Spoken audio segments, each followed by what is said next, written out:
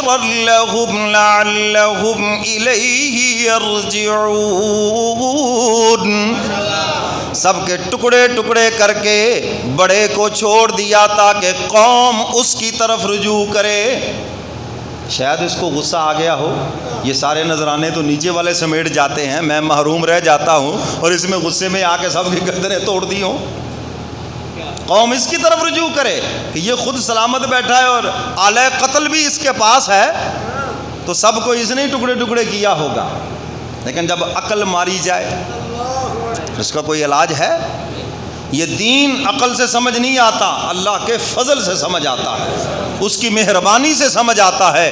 آپ خدا کے گھر میں آئے ہیں، یہ اس کا فضل و کرم ہے، یہ اس کی مہربانی ہے۔ سب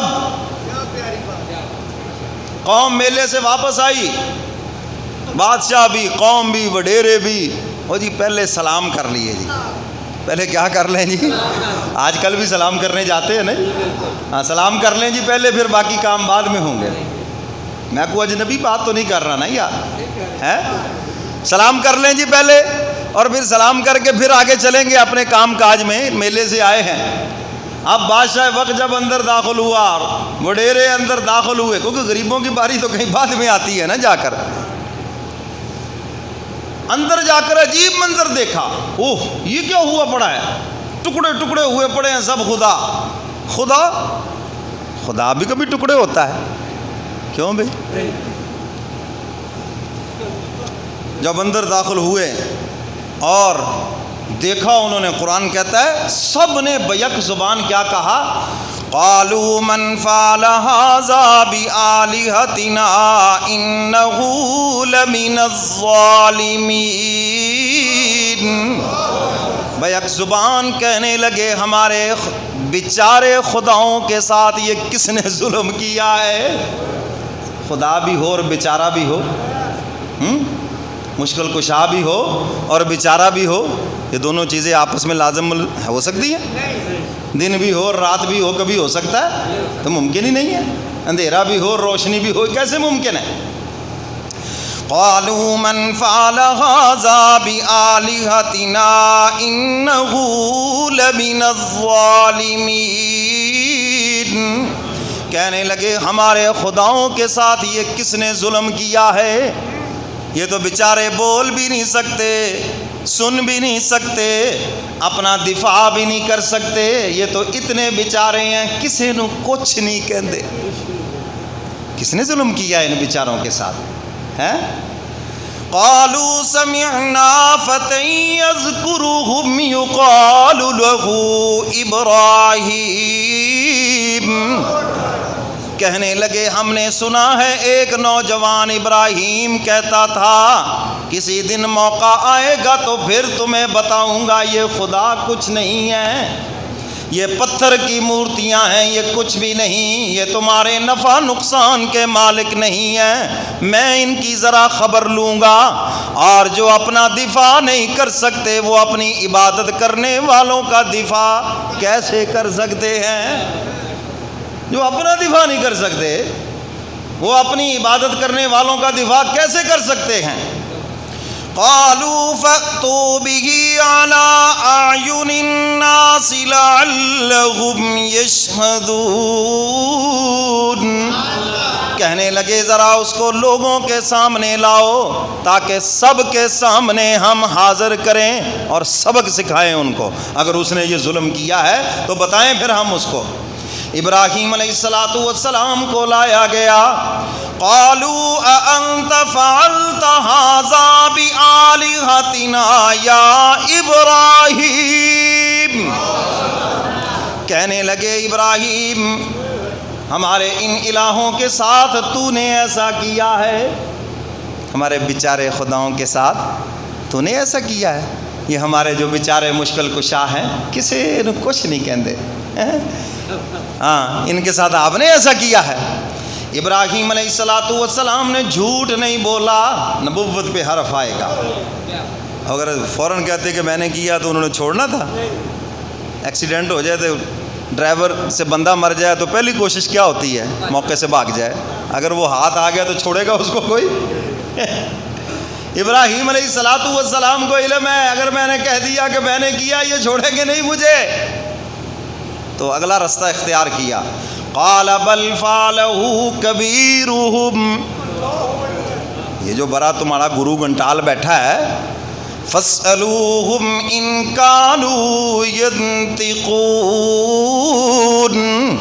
ذرا ان سے پوچھو نا اگر یہ بولتے ہیں. یہ جو اس کا تمہارا بڑا بیٹھا ہے، کندھے کے اوپر اس نے کلاڑا بھی رکھا ہوا ہے اور یہ نیچے والے سارے ٹکڑے کر دیے، ہو سکتا ہے اس کو غصہ آ گیا ہو، اس سے پوچھ لے. میری طرف جو آئے ہو تو اس سے پوچھو، جو آلہ قتل بھی لے کے بیٹھا ہے. اللہ اکبر.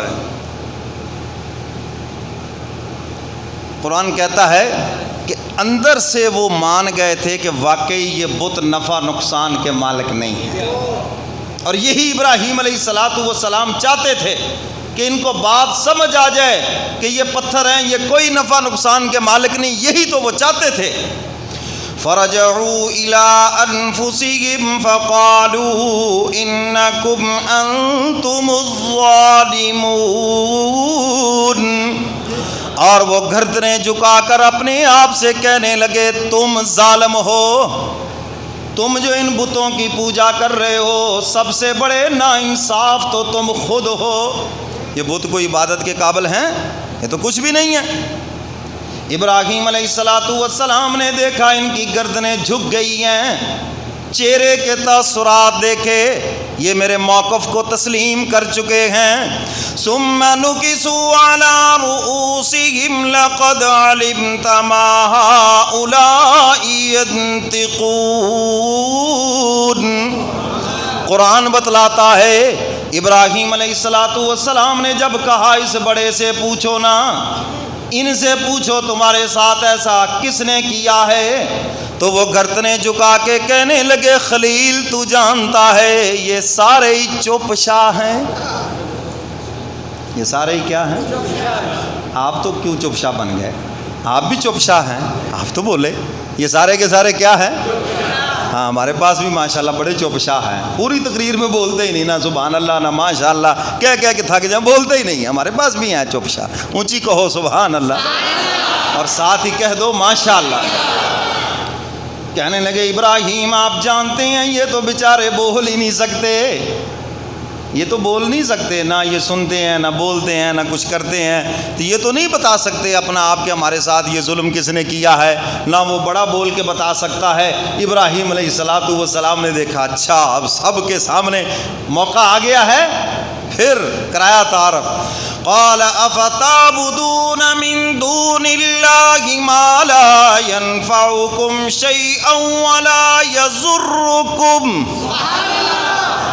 کیا تم اسی لیے پھر اللہ کے علاوہ ان کی عبادت کرتے ہو، نہ یہ تمہیں نفع دے سکتے ہیں نہ تمہیں نقصان دے سکتے ہیں، اس لیے عبادت کرتے ہو ان کی، اس لیے تم ان کو مشکل کشا سمجھتے ہو، اس لیے تم ان کو حاجت روا سمجھتے ہو، یہ تو تمہارے کسی بھی نفع نقصان کے مالک ہی نہیں ہے. اف لکم ولما تعبدون من دون اللہ افلا تعقلون. اف ہے تمہارے اوپر، تف ہے، افسوس ہے تمہارے اوپر، اللہ کے علاوہ تم ان کی عبادت کرتے ہو، تمہاری عقلیں کیوں خراب ہو گئیں؟ کیا ہو گیا تمہیں؟ تم خدا کو چھوڑ کر جو زمین و آسمان کا مالک ہے، ہر چیز کا مالک ہے، اس کو چھوڑ کر ان کی عبادت کر رہے ہو. میں تمہاری عقل پہ افسوس نہ کروں تو اور کیا کروں؟ اب چاہیے تھا ابراہیم علیہ السلام